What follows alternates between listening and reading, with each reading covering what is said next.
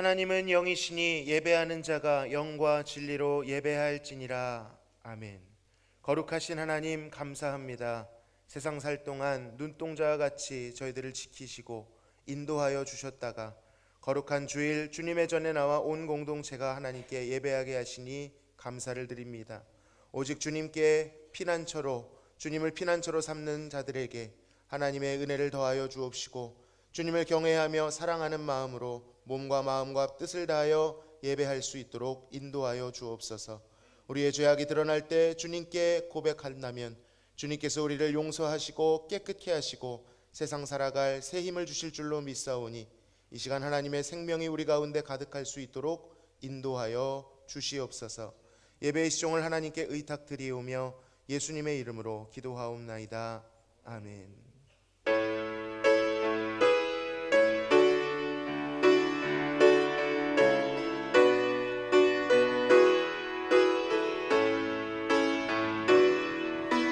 주님 당신은 사랑의 빛, 어둠 가운데 비추소서.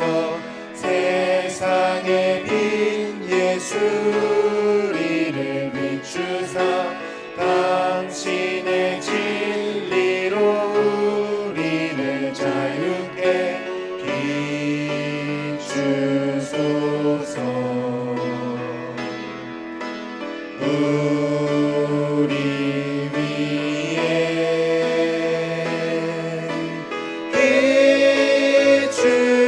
비추소서.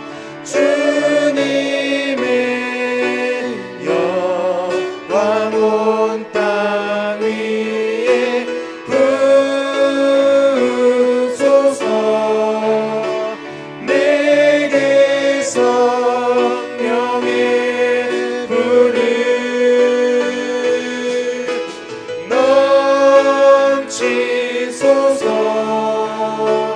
은혜와 긍휼을 열방 중에 전하소서. 빛 되신 주의 말씀.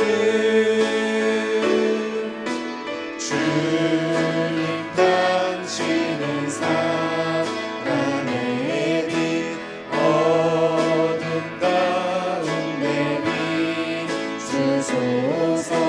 세상의 빛 예수 우리를 비추사 당신의 진리로 우리를 자유케 비추소서. 우리 위에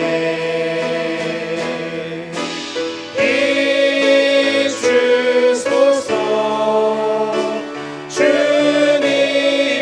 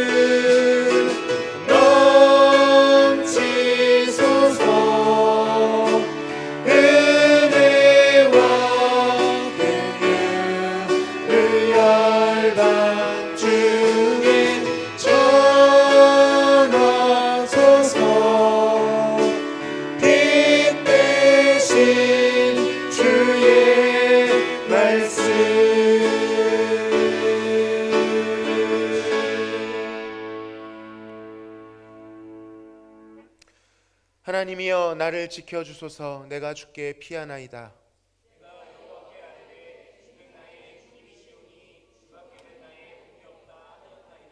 땅에 있는 성도들은 존귀한 자들이니 나의 모든 즐거움이 그들에게 있도다. 나는 그들이 드리는 피의 전제를 드리지 아니하며 여호와는 나의 산업과 나의 잔의 소득이시니 나의 분깃을 지키시나이다.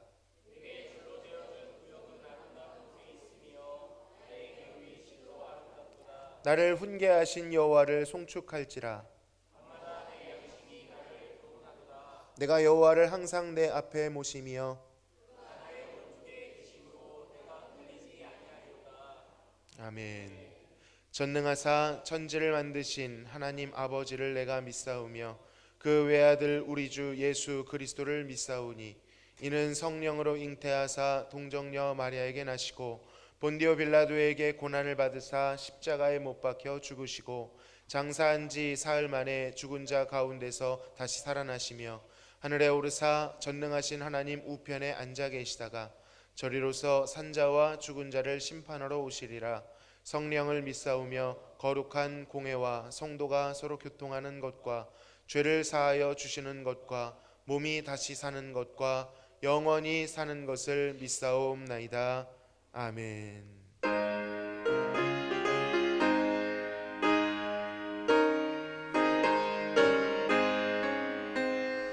인내하신 구세주여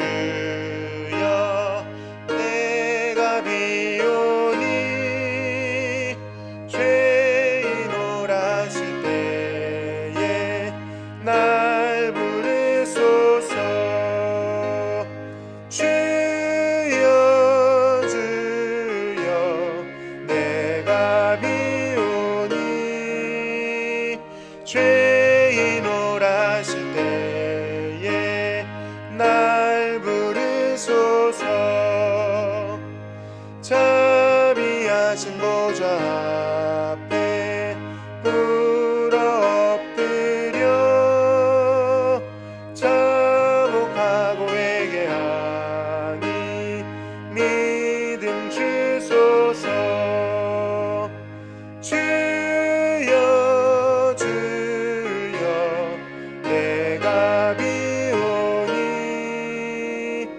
죄인 오라실 때에 날 부르소서. 주의 공로 의지하여 주께 가오니 상한 마음을 고치시고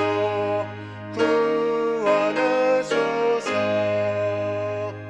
주여 주여 내가 비오니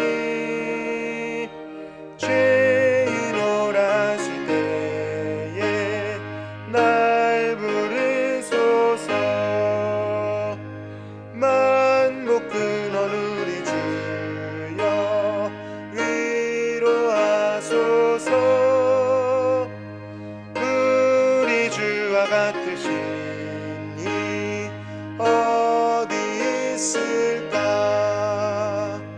주여 주여 내가 비오니 죄인 오라실 때에 날 부르소서. 아멘.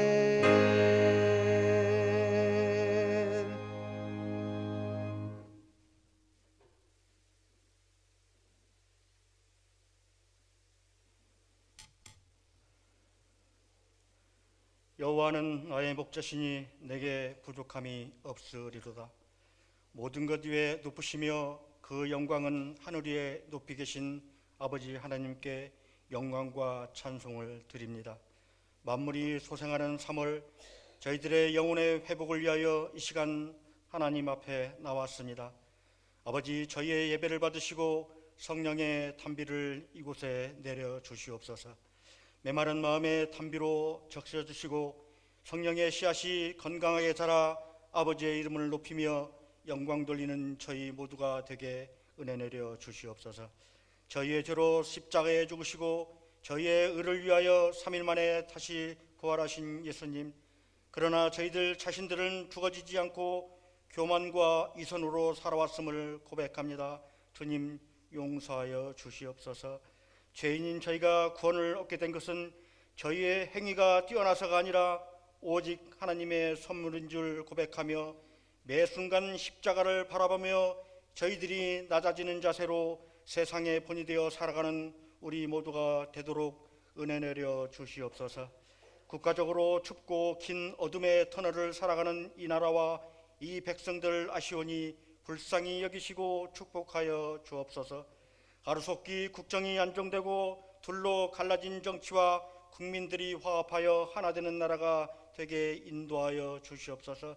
이 나라가 바로 설 수 있도록 기도하며 나아가게 하시고 어려운 이웃들에게도 구제의 넉넉함으로 채워 주시옵소서. 저희의 생사화복을 주관하시는 아버지 하나님, 인생의 무거운 짐진 자들에게 기도와 간구에 귀 기울여 주옵소서. 육신의 병마로 힘들어하는 성도들에게 병마가 떠나가게 하시고 믿음이 넘어진 자에게는 성령님을 만나 믿음이 회복되게 하시고 물질로 온갖 세상의 두려움과 걱정들이 떠나가게 하시어 하나님을 증거하는 자들로 세워 주시옵소서. 모든 성도들의 가정에 우환이 떠나가게 하시고 감사와 찬양이 넘쳐나게 축복하여 주시옵소서. 말씀 전하실 목사님 영육간의 강건함을 허락하시고 선포되는 말씀마다 저희의 심령이 살아나고 영이 살아난 복되고 복된 시간 되게 하여 주시옵소서. 이 시간도 교회 각 처소에서 묵묵히 헌신하시는 손길들이 있습니다. 이들의 수고에 합당한 열매가 맺어지게 하시고 헌신을 통해 하나님의 은혜가 충만케 하옵소서. 오늘도 우리의 기도에 응답하시고 우리에게 복 주시기를 기뻐하시는 살아계신 예수 그리스도 이름으로 간절히 기도드리옵나이다. 아멘.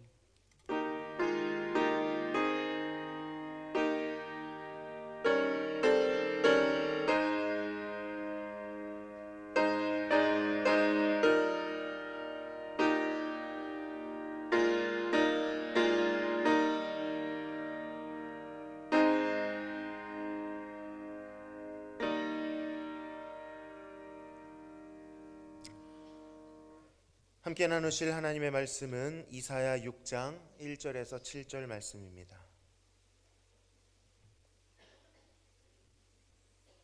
이사야 6장 1절에서 7절 말씀 한 절씩 교독하시고 끝절은 합독하시겠습니다. 우시야 왕이 죽던 해에 내가 본즉 주께서 높이 들린 보좌에 앉으셨는데 그의 옷자락은 성전에 가득하였고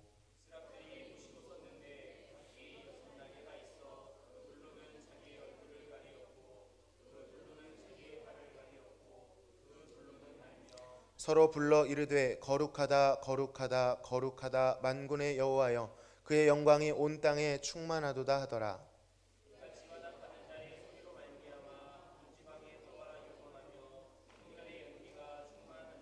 그때에 내가 말하되 화로다 나여 망하게 되었도다. 나는 입술이 부정한 사람이요 나는 입술이 부정한 백성 중에 거주하면서 만군의 여호와이신 왕을 배웠음이로다 하였더라.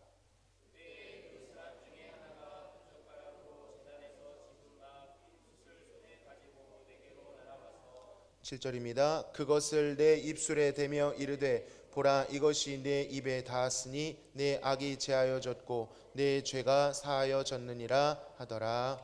아멘. 지난주 우리는 이사야가 경험한 하나님의 영광에 대해서 나누었습니다. 우시야가 죽던 해, 그러니까 소망이 끊어진 나라적으로 혹은 개인적으로 절망스럽고 황망한 상황 속에서 그가 하늘 허공을 올려다 보았습니다. 바로 그곳에 하나님의 영광이 임하였죠. 우리 역시 소망이 끊어진 그 상하고 가난한 자리가 인간적으로는 대단히 뼈아프겠지만 그곳이 하나님의 영광을 경험할 수 있는 놀라운 지점이 될 수 있다. 그것을 기억해야 된다라고 말씀드렸습니다.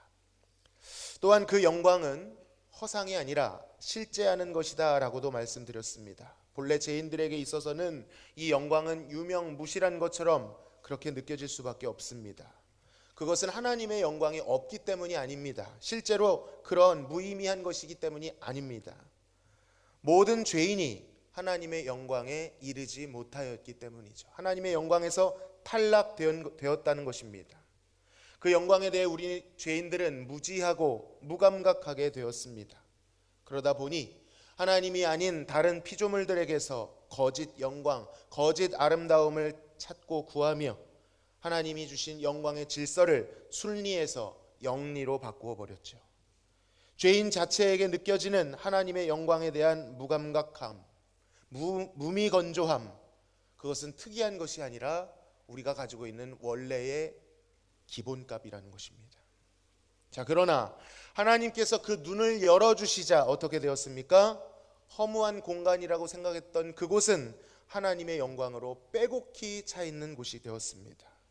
그 영광은 성전의 문지방을 요동하게 할 정도로 강렬했고요, 심지어는 불타는 존재라고 하는 스랍들조차도 눈을 가리고 발을 가리운 채 하나님의 거룩함을 그저 끊임없이 찬미할 뿐이었습니다. 감당이 되지 않는 압도적인 광경을 목도한 것이죠. 비록 이러한 눈에 보이는 물리적 형태, 만질 수 있는 형태는 아닐지라도 오히려 오늘날 우리에게는 이 오감으로 느껴지고 감각되는 것보다 더욱 선명한 하나님의 영광이 비춰지고 있다 말씀드렸습니다. 바로 어느 지점입니까? 아들 예수 그리스도 안인 줄로 믿습니다. 그 아들에 관한 복음, 십자가와 부활의 복음 안에서 더욱더 선명하고 확실하게 그 영광을 비춰주신다는 것입니다. 약속하셨습니다. 빛이 있으라 하신 그 하나님께서 변하지 않으시고 이제는 그의 아들 안에서 영광의 빛을 비춰주시겠다. 이전에 죄로 인하여 보이지 않던, 도무지 알 수 없던 하나님의 얼굴이, 그의 성품이, 그의 영광이, 그의 행하심이 그 영광에 도무지 이르지 못했던 자들이었다고 해도 이제는 그 복음으로 말미암아 그 영광을 경험할 수 있게 해주겠다라고 약속하셨습니다. 왜냐하면 그 영광은 이제 독생자 안에서, 은혜와 진리 안에서 충만하기 때문인 것입니다. 이 복음을 믿으시기를 바랍니다. 그때 하나님의 영광을 우리는 사모할 줄 믿습니다. 그리고 그 하나님의 영광을 경험하게 될 줄로 믿습니다. 자, 지난주에는 이 하나님 영광에 대한 자체를 살펴보았다면 오늘은 조금 더 구체적으로 그 영광 앞에 이사야의 반응이 어땠는지를 살펴보고자 합니다. 이사야의 반응은 어땠습니까? 화로다 나로 망하게 되었다라고 말씀하고 있습니다. 여러분, 스랍들의 창화 소리를 들었을 때 이사야의 마음이 어땠을까요? 한마디로 표현하긴 힘들었을 것입니다. 보고 듣고 느낀 것을 단정지어 표현하기 어려울 만큼 그것은 엄청난 일이었을 것입니다. 영광의 그 문지방이 요동하는 그 진동 앞에 전율이 돋기도 했을 것이고요, 영혼 깊은 곳으로부터 끓어오르는 뜨거움 혹은 감정에 북받치는 뭉클함을 경험했을 수도 있습니다. 그것은 도무지 그가 감당할 수 있는 그러한 것이 아니었습니다. 감당되지 않는, 터져버릴 것 같은 경험이었을 것입니다. 그것이 무엇이었는지 한마디로 단정 지을 수는 없겠지만 그가 이 모든 하나님의 영광을 목도한 뒤에 한 결론은, 고백은 결국 이것이었습니다. 5절을 한번 읽어보겠습니다. 그때에 내가 말하되 화로다 나여 망하게 되었도다. 나는 입술이 부정한 사람이요 나는 입술이 부정한 백성 중에 거주하면서 만군의 여호와이신 왕을 배웠음이로다 하였더라. 아멘. 여러분, 굉장히 의외의 고백입니다. 그토록 영광스러운 경험을 했다면 황홀하다, 오 아름답다, 이런 감탄의 고백이 나와야 할 것 같은데 그의 고백은 정반대의 고백, 화로다 나로 망하게 되었도다. 자신에게 재앙을 선포하고 있는 것입니다. 사형을 선고하는 것입니다. 여러분, 참 의외입니다. 이사야가 누구입니까? 이 나라의 사정이 그래서 그렇지, 그래도 이사야는 인간적으로도 영적으로도 이 재앙과는 그리 상관이 없는 자처럼 보입니다. 최소 그는 왕족 내지는 귀족이라고 말씀드렸습니다. 아무리 나라가 기울었어도 그를 망했다라고 하기에는 아직은 너무 가혹해 보이기까지 합니다. 더욱이나 그는 누구였죠? 하나님의 계시를 받아 전하는, 하나님의 계시를 마주하고 그것을 대언하는 선지자였습니다. 악한 백성들의 반대편에 서서, 그러니까 하나님 편에 서서 그의 말씀을 대언했던 자입니다. 그의 말씀의 내용을 보면 얼마나 거룩하며 하나님의 의로우심이 많이 묻어나는지 모릅니다. 그런데 그런 그가 자신에게 재앙을 선포한다는 것이 참 이상해 보입니다. 부정함과, 그의 입은 부정함과 거리가 멀어 보이는데, 그는 신실하고 부족함이 없는 인생 같아 보이는데, 그랬던 그가 다른 이들이 아닌 자신에게 화로다 나여 망하게 되었도다, 재앙을 선포하고 있는 것입니다. 여러분, 하나님의 거룩함이라고 하는 것은 그런 것입니다. 아무리 고결한 사람인 것처럼 느껴졌을지라도 그 앞에, 그 거룩한 빛 앞에 서면 자신의 부패함과 자신의 부정함이 다 드러나는 것이죠. 심지어는 불타는 존재라고 했던 스랍들조차도 눈을 가리고 발을 가리울 정도였다라는 것입니다. 이사야는 단 한 번도 만나본 적 없는, 자신과는 아예 본질적으로 다른 유일하고 독보적인 존재를 만났습니다. 그 누구와도 다르신 존재를 만났습니다. 여러분, 우리는 이것을 거룩이다라고 부릅니다. 거룩이라는 뜻이 결국 무엇입니까? 구별된다는 것입니다. 구별된다는 것은 다르다는 뜻이죠. 우리가 하나님께 드릴 수 있는 최고의 찬사, 가장 종합적인 찬사는 무엇이죠? 하나님은 거룩하십니다라는 표현입니다. 하나님은 그 누구와도 구별되십니다. 그 누구와도 다르십니다. 우리와도 다르시며 세상의 어떤 거짓신과도 다르십니다. 바로 그것이 하나님이 거룩하시다라는 뜻이죠. 이사야는 누구와도 극명히 다른 존재, 비견될 수도 없고 경쟁될 수도 없는 유일무이한 존재를 만난 것입니다. 그리고 그의 거룩하심 앞에서 그의 자아는 무너졌습니다. 이 정도면 꽤 괜찮은 사람이라고 생각하며 살았는데, 아무리 나라가 망조로 가고 있어도 자신은 그 반대편에 서 있는 자라라고, 정신을 똑바로 차리고 있는 자다라고, 바른 말을 하는 자라고 그렇게 생각했는데, 하나님의 심판이 임해도 자신은 그 심판을 대언했던 자로서 보존될 줄 알았는데, 막상 그 영광 앞에 서 보니까, 그 영광 앞에 노출되어 보니까 자신 역시 입술이 부정한 사람이며, 그 입술이 부정한 자들과 어떻게 해요? 함께 거주하는 사람이었을 뿐이다. 그들과 나도 다르지 않다라는 것을 알게 되었습니다. 이 고백은요, 탄식이었습니다. 아니요, 절규요 비명에 가까웠습니다. 도무지 거룩하신 하나님을 가까이 할 수 없는 사람이로구나, 그것을 뼈아프지만 직면하고 있는 것이죠. 상대적 죄인도 아닙니다. 괜찮은 사람도 아닐 뿐더러 저 사람들보다 조금 나은 존재, 그런 상대적 개념이 아닙니다. 오직 하나님 앞에 선 절대적 죄인, 큰 죄인임을 깨닫게 된 것입니다. 사랑하는 성도 여러분, 하나님 앞에 내가 전적인 죄인이라는 사실, 하나님 앞에 나 스스로는 아무런 소망이 없다라는 것을 깨닫는 것은요, 사람이 결코 고안해낼 수 있는 것이 아닙니다. 아무리 되뇌어도, 아무리 자신의 행동과 마음을 반추하고 돌아봐도, 몰입하고 몰두해도 그렇게 알아지는 것이 아닙니다. 인간의 힘으로 하려고 할 때 정죄감만 더 쌓이고요, 오히려 반감이 쌓입니다. 자꾸 고백하라고 하니까 동의는 하지만 마음 한켠에서는 은근히 짜증도 납니다. 영혼 깊은 곳으로부터 나오는 이 고백은 우리 스스로 할 수가 없습니다. 이사야와 같은 고백을 할 수 없는 것이죠. 아무리 강렬해져도 우리 스스로 할 수 있는 것은 자기를 학대하는 정도밖에 할 수 없습니다. 자기를 혐오하는 정도밖에 할 수 없습니다. 그리고 마음 한켠에는 누군가는 그렇게 생각하죠. 아무리 생각해도 내가 그렇게까지 죄를 지은 적은 없는 것 같은데, 내가 그 정도의 죄인은 아닌 것 같은데, 쟤보다는 나아 보이는데, 그런 생각을 할 수밖에, 비교급으로 생각할 수밖에 없다는 것이죠. 아무리 윤리적으로 고양된 사람들, 특별해 보이는 사람들도 자신의 죄를 스스로 인지할 수가 없습니다. 여러분, 이 지식은 어디로부터 오는 것일까요? 오직 하늘로부터 알게 되는 지식인 줄로 믿습니다.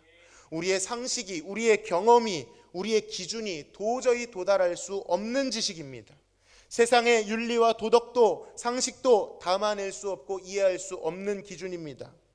오직 하나님의 그 거룩하신 영광이 우리에게 비출 때에만 내가 죄인이라는 사실, 그것도 전적으로 부패한 죄인이라는 것을 깨달을 수 있게 됩니다. 그리고 그 영광 앞에 그 어떤 존재도 자신을 부정하거나 숨기거나 피할 수 없는 죄인인 것을 고백할 수밖에 없는 것이죠. 인정할 수밖에 없는 것입니다.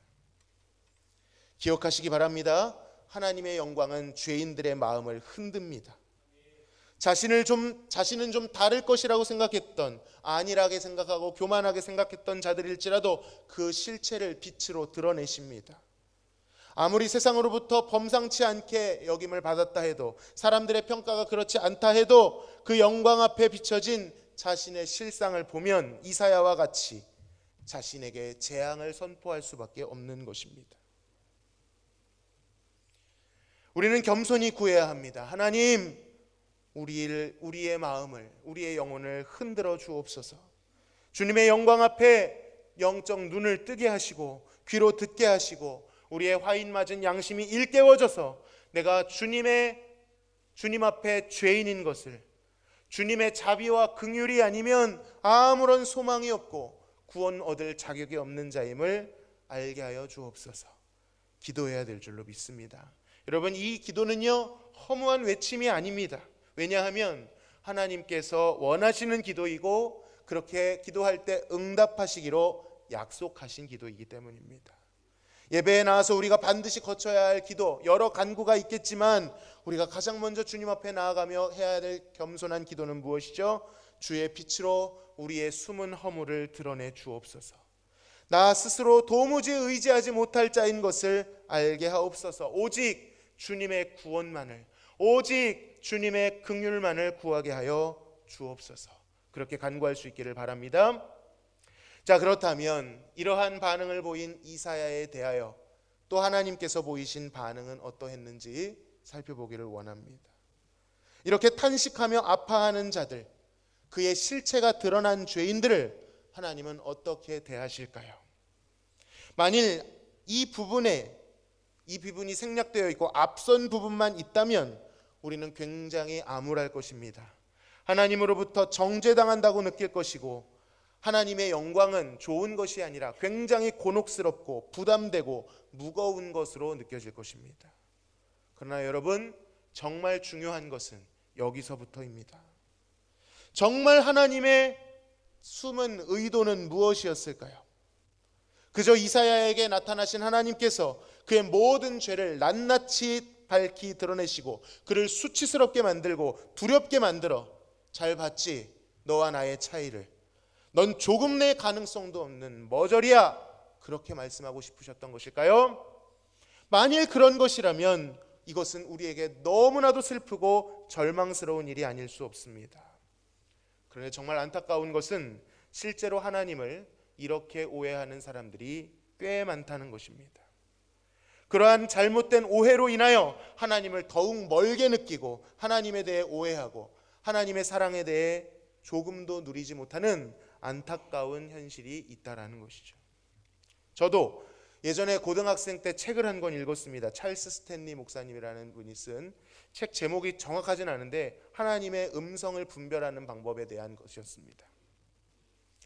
거기에 보면 하나님에 대한 우리가 가지고 있는 오해, 제가 기억하기로는 21가지로 기억하는데요.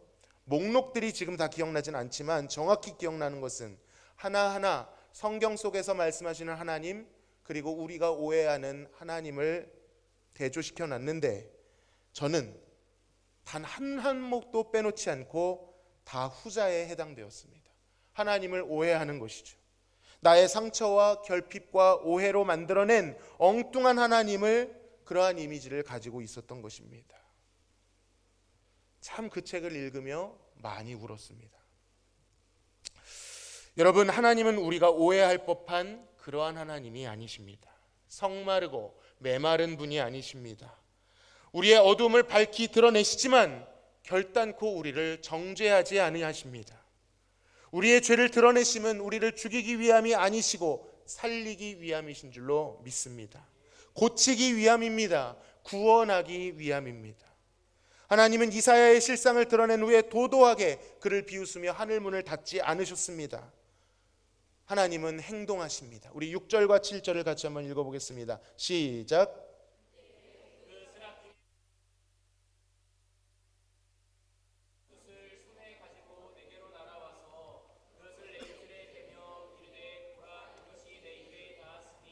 내 악이 제하여졌고 내 죄가 사하여졌느니라 하더라. 아멘. 절망하고 있는 이사야에게 하나님께서는 스랍을 통해 다가오십니다. 여러분, 이것이 우리 하나님의 핵심적인 행동입니다. 다가오시는 것이죠. 종교에서는요, 절망하는 인간들에게 짐을 지웁니다. 짐을 싸서 신을 찾아 나서라 이렇게 말합니다. 신에게 어떻게 해서든 도달하고 그를 만족시켜야 구원이 있다라고 말합니다. 수많은 종교인들은 그렇다 하여도 신이 도무지 어디 있는지 알지 못합니다. 찾아 나선다 한들 그가 어떤 생각을 가지고 있는지, 어떤 마음을 가지고 있는지 도무지 알지 못합니다. 여러분, 세상의 종교에는 아무런 힘도 없습니다. 그저 방황시키고 탈진시킬 뿐입니다. 무거운 짐을 지울 뿐이죠. 하나님의 복음을 인간의 종교로 전락시켜서는 안 됩니다. 하나님은 죄인들에게 찾아오라, 알아서 찾아오라 하시지 않습니다. 하나님은 어떻게 하시죠? 핵심 행동, 그가 먼저 죄인들을 찾아오시는 줄로 믿습니다. 하나님께서 보내신 스랍은 제단에 핀 숯을 들고 왔습니다. 그런데 어떻게 들고 왔는지 보시기 바랍니다. 부젓가락, 즉 집게를 통해 가져왔습니다. 여러분, 왜 집게를 가지고 왔을까요? 우리 어머님들은 요리하실 때 그런 영상도 있던데요, 이렇게 뜨거움을 잘 모르시죠. 기름이 있어도 막 손으로 뒤집으시고. 그런데 익숙하지 않은 사람은 어떻게 합니까? 너무 뜨겁죠. 무엇을 사용하죠? 집게나 도구를 사용하기 마련입니다. 부젓가락을 사용했다는 것은 그 불타는 존재 스랍들일지라도 직접 잡을 수 없는 뜨거운 숯이었다라는 뜻입니다. 스랍들조차도 이 숯불을 직접 만지지 못하고 집게, 부젓가락을 사용했다는 것이죠. 얼마나 그것은 뜨거웠길래 스랍들조차도 감당하지 못했을까요? 여러분, 구약에는 아주 중요한 법칙이 하나 있습니다. 그것은 정한 것과 부정한 것이 닿으면 무엇이 오염될까요?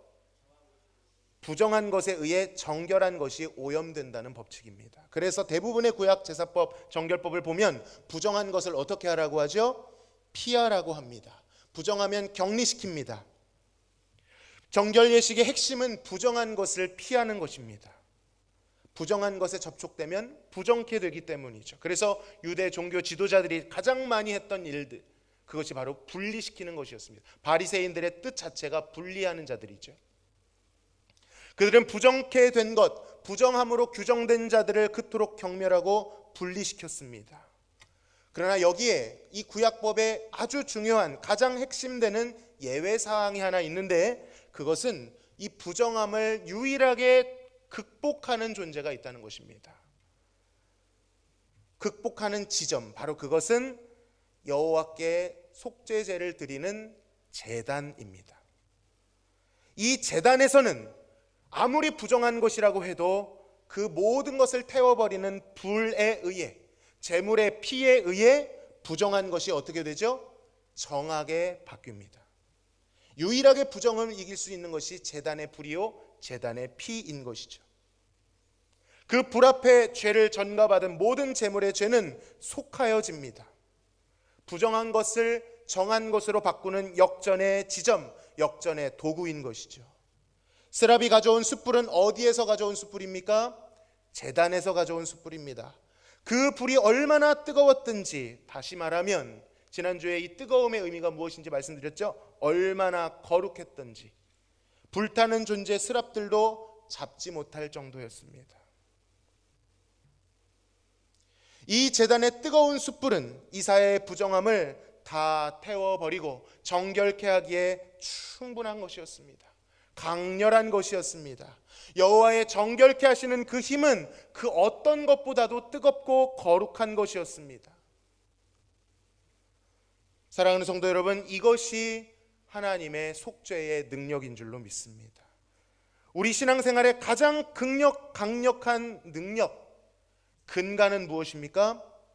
하나님의 용서하심, 하나님의 죄를 사하여 주시는 뜨거운 사랑인 줄로 믿습니다. 그 어떤 것도 그 앞에 견딜 수 없습니다. 그것이 가장 거룩합니다. 가장 큰 힘을 북돋아 줍니다.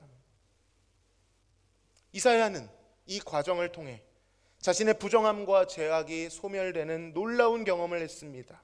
그가 앞에 얼마나 절망했든 탄식을 했던 그 모든 것이 상쇄되고도 남을 만큼 강력한 능력을 체험했습니다.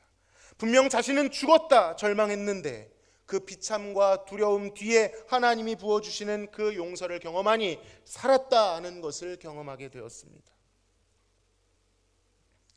그가 고백했던 죽음과 생명 사이에 그 격차만큼, 그 하나님의 베풀어 주신 구원의 격차만큼 그 마음의 감격과 놀라움이 차올랐을 것입니다. 여러분, 하나님의 용서와 속죄가 가장 큰 능력입니다. 우리의 어떤 극심한 죄보다도 그에 준하는 하나님의 진노와 심판보다도 훨씬 더 크고 영원한 것이 하나님의 사랑입니다. 훨씬 더 뜨겁습니다. 그 사랑에, 그 용서에 견딜 수 있는 존재는 이 세상에 없습니다. 아가서에 보면 온 세상의 모든 물을 끌어와 그 사랑을 불 끌려고 할지라도 오히려 수치를 당하게 된다라고 말씀하시죠. 그가 죄인의 마음을 흔들고 빗장 같은 마음을 여시는 힘은 진노나 보복 같은 것이 아니라 용서함이었습니다. 우리는 하나님의 용서에 의해 깜짝 놀라게 될 것입니다. 그의 용서 앞에 항복하게 될 것입니다. 놀라게 될 것입니다. 그것이 우리의 영혼을 깨우고 주님 앞에 예배할 수 있는 참된 힘을 불러일으킬 것입니다. 여러분, 무엇을 의지해야 할까요? 우리의 신앙생활에 가장 먼저 디뎌야 하는 그 믿음의 디딤돌은 무엇입니까? 바로 죄사함인 줄로 믿습니다. 우리를 용서하신 그 은혜를 경험할 때 비로소 우리 안에 없던 하나님을 경외하는 마음, 하나님을 사랑하는 마음, 그리고 하나님 말씀에 순종할 수 있는 동력이 부어지게 될 줄로 믿습니다. 주님의 진정한 영광은 우리의 죄를 드러내실 뿐더러 그 자백한 죄를 용서하실 때 찬란하게 빛나고 절정을 이룹니다. 그 영광은 복음 안에 비춰진 예수 그리스도를 통한 용서 안에서 찬란하게 빛나고 있습니다. 여호와여, 주께서 죄악을 지켜보실진대 주여 누가 서리이까? 그러나 사유하심이 주께 있음은 주를 경외하게 하심이니이다. 여러분, 바로 이 지점입니다. 나의 죄인됨과 그 죄인을 용서하시는 하나님의 영광을 만나게 되는 지점, 그곳에서부터 하나님을 사랑하는 마음이 터져 나옵니다. 여호와를 경외하는 마음이 솟아 나옵니다. 주님을 의지하고 주님께 드리고자 하는 마음이 간절해집니다. 구원의 즐거움과 자원하는 심령이 우리 신앙의 동력인 줄로 믿습니다. 말씀을 맺겠습니다. 사랑하는 성도 여러분, 진정한 우리의 제단은 누구십니까? 그 제단의 숯불은 과연 무엇입니까? 바로 예수 그리스도이신 줄로 믿습니다. 스스로 정결한 줄 착각했던 종교 지도자들은 온갖 부정한 것에 그저 노출되지 않기 위해 자신을 고립시키고 분리시킬 정도였지만 우리 주님은 어떻게 하셨습니까? 정결한 제단이신 그가 부정한 자들에게 다가가셨습니다. 나병 들린 자, 유출병 있는 자, 온갖 온전치 못한 자들을 찾아가셔서 그들에게 손을 얹으시니 그들이 어떻게 되었습니까? 정결케 되었습니다. 망하였도다, 내가 죽게 되었도다 고통스럽게 비명지르는 우리에게 주님의 그 숯불이, 거룩하신 보혈이 닿으면 주의 그 생명으로 내가 살았다, 그와 함께 살았다, 기쁨의 탄성으로 바뀌게 될 줄로 믿습니다. 그러므로 거룩한 제단이신 예수님께로 나아가시기를 바랍니다. 그곳에 가서 겸손한 마음으로 주여 내가 주님 앞에 얼마나 큰 죄인임을 보게 하여 주옵소서. 정죄하란 뜻이 아닙니다. 자기를 혐오하란 뜻도 아닙니다. 그저 나의 어떠함이 아니라 주님의 빛으로 내가 주님 앞에 죄인 되었다는 사실을 깨닫게 해달라고 구하시라는 뜻입니다. 내가 얼마나 하나님 앞에 괜찮은 사람인지 증명하지 마시기 바랍니다. 내 안에 어떤 근거가 있겠지 생각하지 마시기 바랍니다. 선행, 열심, 믿음을 쥐어짜내서 하나님이 나에게 조그만 근거라고 찾으시고 저 사람보다 내가 낫다라는 그러한 스스로의 알량한 자기 비교, 합리화를 하지 마시기 바랍니다. 우리는 그때의 안도감을 느낍니다. 스스로 연마하고 행해왔던 알량한 일들을 앞세우고 자기를 위안합니다. 면죄부를 스스로에게 주려고 합니다. 그래야 안심이 되죠. 이해는 갑니다. 왜냐하면 하나님 앞에 내 모습 그대로 직시하면 두렵죠. 너무 두렵습니다. 오죽하면 이사야도 자신에게 재앙을 선포했겠습니까? 그러나 그렇게 해야 합니다. 나의 죄인됨을 인정하는 자리부터 시작해야 합니다. 오직 주님의 자비 외에는 소망이 없다는 것을 인정해야 합니다. 그때에 그 주님의 영광의 빛 앞에 우리의 죄인됨과 동시에 하나님의 자비하심이 드러날 것입니다. 그 격차 사이에서 우리는 파수꾼이 아침을 기다림보다 더 큰 간절함으로 주님을 갈망하게 될 줄로 믿습니다. 한 주 동안 다시 한번 우리에게 주신 이 복된 복음을 묵상하시고 들으시고 읽으시고 되뇌이셔서 나와 같은 죄인이라도 구원하실 수 있는 그 능력 안으로 주님의 영광 안으로 들어가시는 귀한 한 주 되시기를 간절히 소망합니다. 거룩하신 하나님 감사합니다. 우리의 눈을 밝히시고 우리의 마음을 열어주셔서 우리가 하나님 앞에 소망 없는 죄인임을 깨닫게 하여 주시옵소서. 하나님 그대로 하늘을 닫고 돌아가시는 분이 아니라 우리에게 거룩한 제단의 숯불을 대시며 우리에게 하나님의 예수님의 거룩한 보혈을 발라주시는 좋으신 주님이심을 깨달아 그 죄사함의 은혜 가운데 그 평안 가운데 날마다 거할 수 있도록 인도하여 주옵소서. 아무리 큰 죄라 할지라도 예수님의 보혈 앞에서는 정하게 될 줄로 믿사오니 이 복음이 우리에게 선사하는 놀라운 능력이 우리의 삶에 넘치고 우리의 삶을 넘어 어둠 가운데 복음이 필요한 자들에게까지 뻗어나갈 수 있도록 인도하여 주시옵소서. 예수님의 이름으로 기도하옵나이다. 아멘.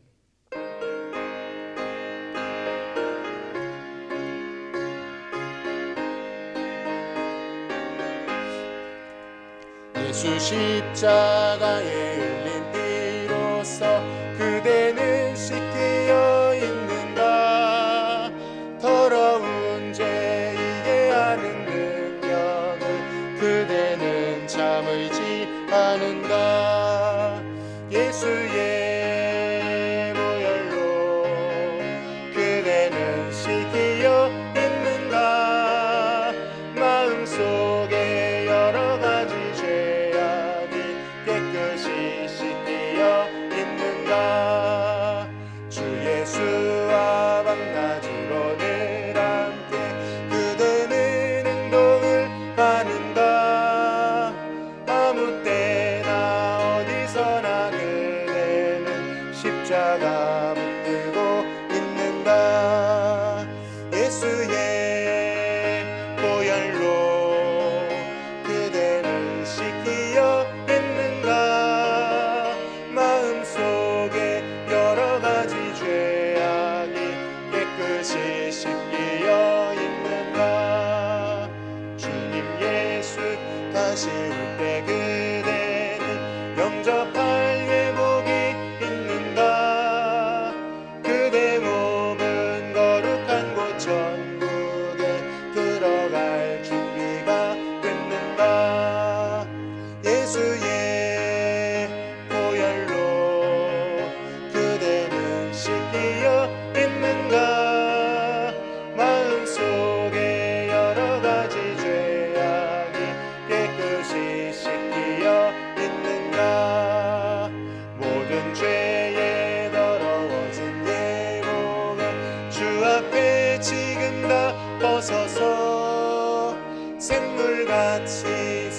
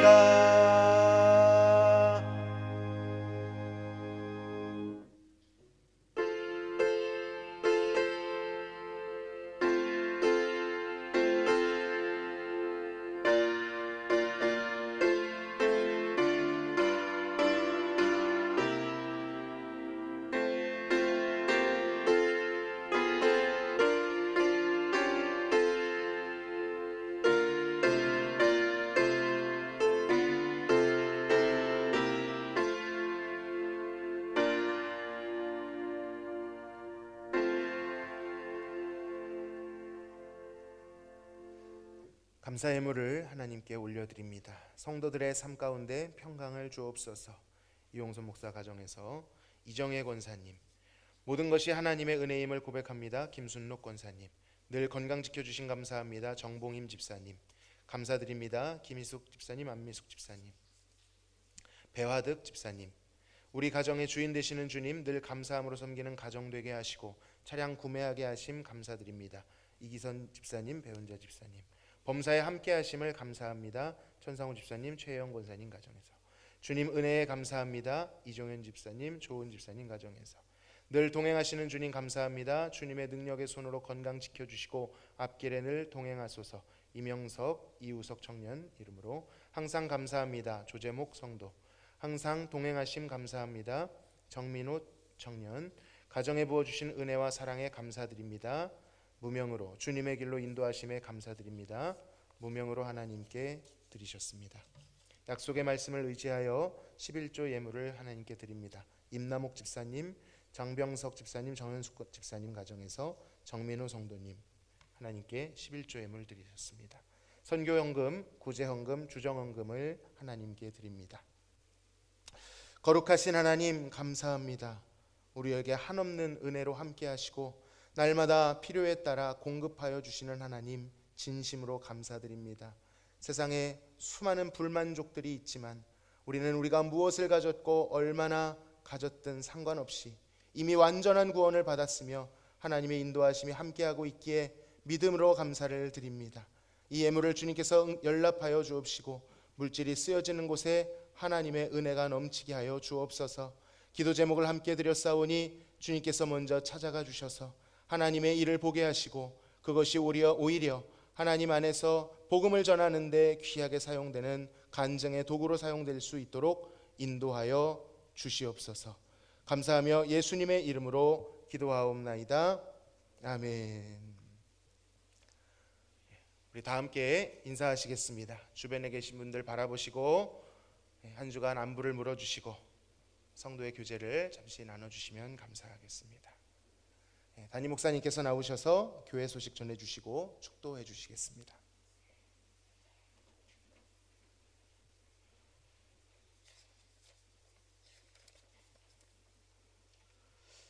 교회 소식 몇 가지 알려드립니다. 오늘 3부 예배, 삼남선교회 헌신 예배를 드립니다. 그리고 이제 겨울 동안에 계속 쉼을 가졌는데 또 이제 봄이 되어서 목요 전도대 사역 3월 27일부터 다시 시작합니다. 교회를 사랑하는 마음을 가지고 또 많이 동참해 주셔서 생명의 열매가 많이 맺어질 수 있도록 그렇게 협력해 주시기를 부탁을 드리겠습니다. 그리고 3월 마지막 주일 학습 세례 입교 교육이 있습니다.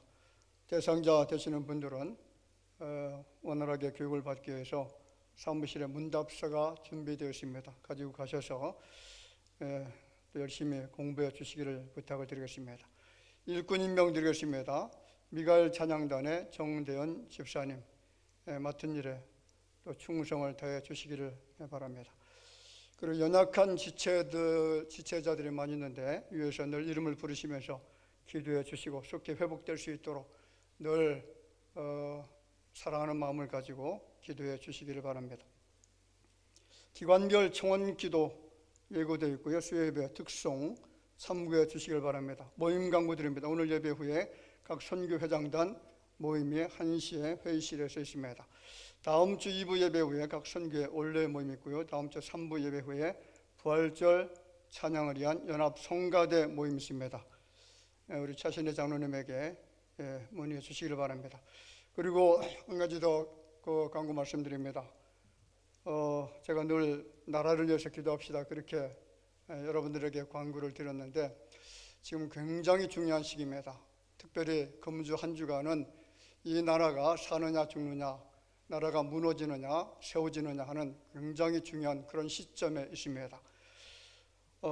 지금 이제 탄핵 정국이라고 말을 하고 있죠. 여러분 한번 잘 생각해 보세요. 우리나라가 건국이 되어진 지 70년이 지났습니다. 70년이 지나는 동안에 탄핵이 몇 번 됐냐면 21번 됐습니다. 그런데 지금 3년 동안에 탄핵이 몇 번 됐을까요? 29번입니다. 그냥 무조건 그 자신의 정책에 반대하면 다 탄핵을 시키죠. 장관들도 탄핵시키고요. 그리고 검사들 또 감사원장까지 이렇게 탄핵을 시키고 있는데 어떤 사람은 째려봤다고 탄핵을 시켰습니다. 째려보는 게 탄핵할 수 있는 상황입니까? 자, 지금 이런 상황에 놓여져 있는데 그래서 저는 그 반국가 세력을 민주당이다 이렇게 정확하게 이야기를 드립니다. 반국가 세력은 무슨 당이라고요? 민주당입니다. 그 나라를 해체하려고 하고 있고요. 이건 사탄의 정당이고 반헌법적이고 반국가적 그런 세력들입니다. 나라를 완전히 망쳐버리려고 작정한 세력들이죠.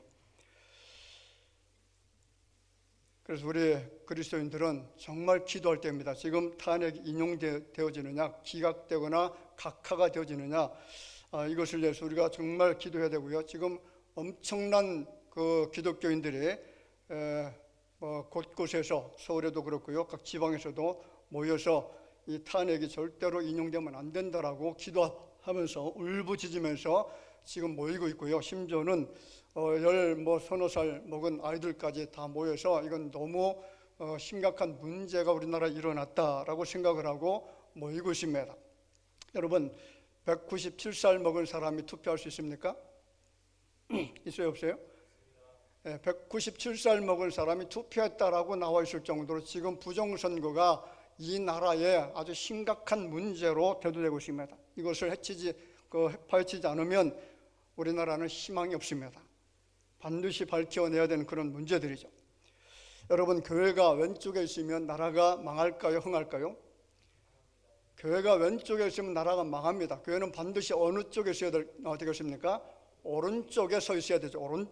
오른쪽이라는 것은 옳다라는 그런 뜻을 가지고 있죠. 오른쪽은 옳다. 반대는 이제 왼쪽에 있는 그런 세력을 말하는 것이죠. 만약에 교회가 잠잠하면 어떤 현상이 나타나냐면, 독일에 여러분 히틀러가 왜 탄생한 줄 아시나요? 그를 통해서 수천만 명이 학살을 당했잖아요. 히틀러가 탄생한 것은 교회가 그 당시에 잠잠했기 때문에, 그리고 히틀러가 하는 모든 행위들에 대해서 찬성을 했기 때문에, 그래서 이런 악마를 탄생시킨 겁니다. 만약에 우리 교회들이, 대형 교회들이, 적은 교회도 마찬가지지만 잠잠하고 있으면 누가 탄생하냐면 악마가 탄생합니다. 여러분, 그 악마가 누군지 아시죠? 여러분, 아까 우리 이 집사님께서 기도를 하셨는데 우리나라가 좀 화합이 됐으면 좋겠다. 너무 분열되어졌다. 그런데 여러분, 선과 악은 화합하면 안 됩니다. 무슨 말인지 아시죠? 선과 악은 화합의 대상이 절대로 아닙니다. 싸워서 물리쳐야 될 그런 대상들입니다. 옳고 그른 것은 여러분 반드시 구별되어져야 되잖아요. 물과 기름이 화합할 수 있어요, 없어요? 절대로 화합이 안 되는 겁니다. 오늘 금주일 한 주간 동안에 정말 우리 그리스도인들이 나라를 위해서 기도해 주시길 바라고, 지금 현재 이 나라를 살리는 굉장히 핵심적인 역할을 하는 사람들이 다 크리스찬들입니다. 여러분, 전환길 아시죠? 전환길, 이분도 정말 신실한 크리스찬이고요. 또 그라운드 C라고 하는 사람 있죠? 그라운드 C라고 하는 사람, 여러분 유튜브 하는 사람도 이거 한번 꼭 보시기 바랍니다. 이 나라가 지금 어떻게 돌아가는지 정확하게 가르쳐주는 사람이 그라운드 C라고 하는 사람인데, 그 사람 찾아보면 이 사람도 정말 신실한 크리스찬이고요. 장동혁이라고 하는 국회의원 있잖아요. 이 사람도 정말 신실한 믿음의 사람입니다. 이런 사람들을 통해서 이 나라가 지금 새로워지고 있고 지금 전세가 역전되고 있습니다. 그래서 좋은 방향으로 흘러가고 있는데 꼭 이 나라를 하나님 지켜주옵소서, 이 나라를 살려주옵소서 위해서 기도해 주시기를 부탁을 드리겠습니다. 예, 찬송하겠습니다.